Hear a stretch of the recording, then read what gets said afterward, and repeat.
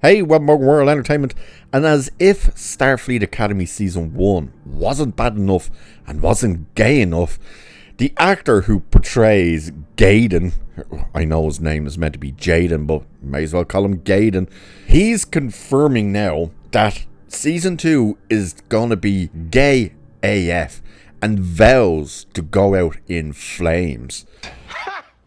Gay!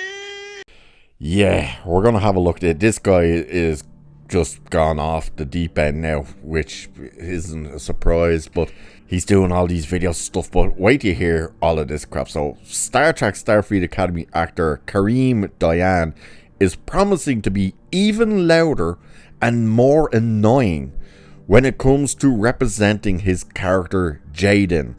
That should say Gaiden. With the series confirmed to end after its second season, the standout actor says he plans to go out in flames, a humorous nod to the franchise's first openly gay Klingon.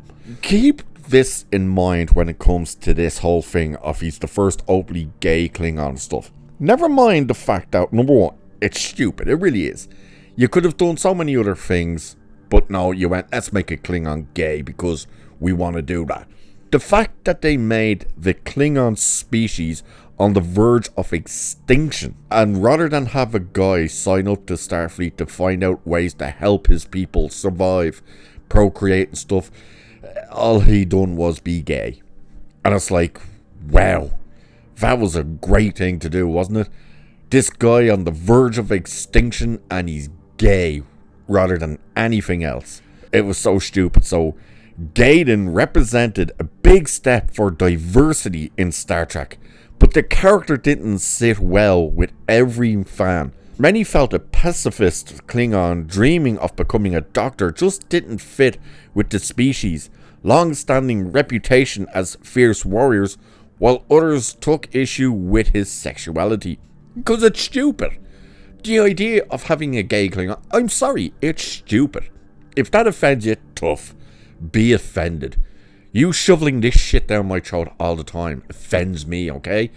It's stupid. Again, when you introduce a character like this and say he's gay, but then at the same time tell us that his species is going extinct, it's like, why would he be gay then? It's so stupid. As for him dreaming of being a doctor, did he? Because he never seemed to do anything in the way of trying to become a doctor.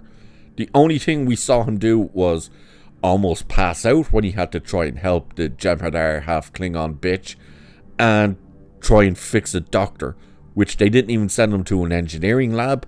They didn't send him to a sick bay. They sent him to the captain's quarters for reasons. So this is stupid. It was a stupid idea. But Diane initially shared a heartfelt video reflecting on his time with the franchise and thanking fans for their support, which is the video I had in my last Star Trek video, where he was talking like, where it sounds like he was saying, oh, I got to make 20 episodes and blah blah blah, and it's like, dude, you were in like 4 episodes in season 1. Like, literally, you were there for a handful of scenes. Once you weren't meant to be gay in a scene, they didn't know what to do with you and they just got rid of you for a bunch of episodes. So, with the show's fate already sealed and perhaps feeling less constrained, Diane later took a humorous shot at detractors celebrating its cancellation, leaning into the criticism with pride. He described Season 2 as gay as fuck, writing, Season 2 is gay as fuck, and I have so much behind the scenes content coming your way.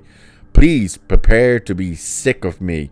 I'm going to be even louder and more annoying about this beautiful gay Klingon. We going out in flames. Everybody knows you never go full retard. Yeah, that's probably right there one of the reasons shit like this gets cancelled, because of obnoxious dickheads like this. So rather than, and you notice how the article says he took a humorous shot at detractors, yet you all keep calling out detractors. Oh, you're racist and you're homophobes and you're this and you're that, because they say this show is dog shit. Just look at the meltdown that has happened online over the cancellation of this garbage fest.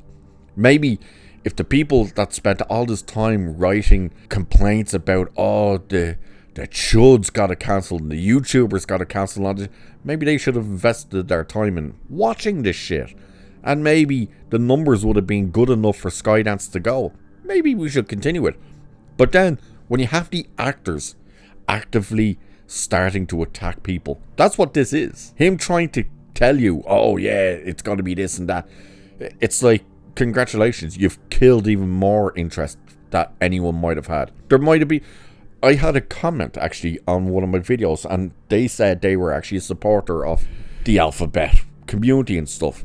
And even they said they were getting annoyed with all this crap being so panderous and stuff like that. So you putting messages out like this, you're going to lose even some of the audience you might have had on your side.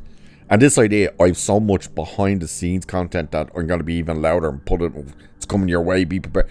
That would indicate that people actually give a shit about you and are actually watching your content on Twitter or Instagram or wherever the hell you're putting it all up. So yeah, good luck with all of that. Even that very first video he put out, he said like he has so much behind the scenes content, and I was laughing when I saw the video because I was like, what content? Did he put this shit out or what? I guess you have to follow him on whatever platform he's on. But it's saying here, while some critics may be celebrating the show's cancellation, Diane's performance remains a meaningful addition to one of the most iconic franchises of all time.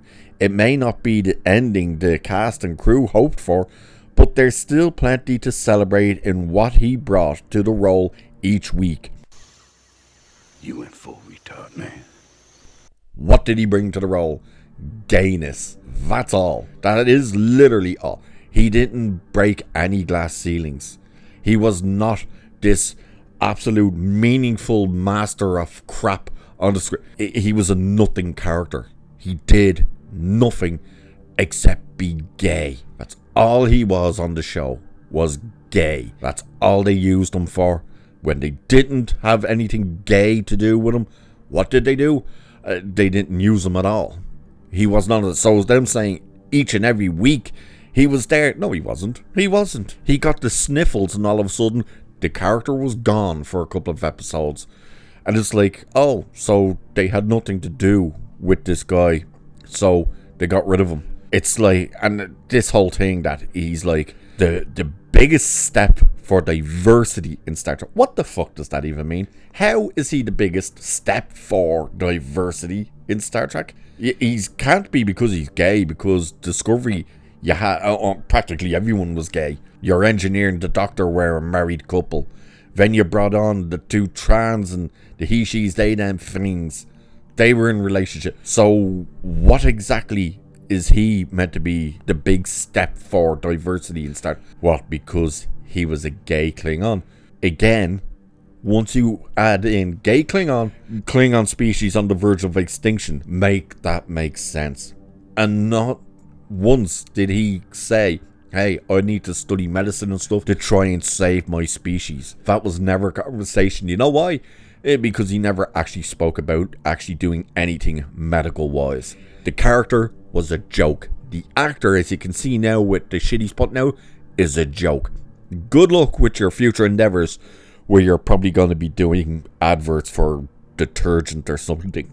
So let me know what you guys think of all this. The fact that once again you have an actor who's obviously, for the lack of a better sense for who he is, butthurt about the cancellation. Let me know what you think about all this. And with that, I shall leave it there for this one. So do like and share and subscribe and hit that hype button and all that good stuff. Cheers, and I'll catch you in the next one.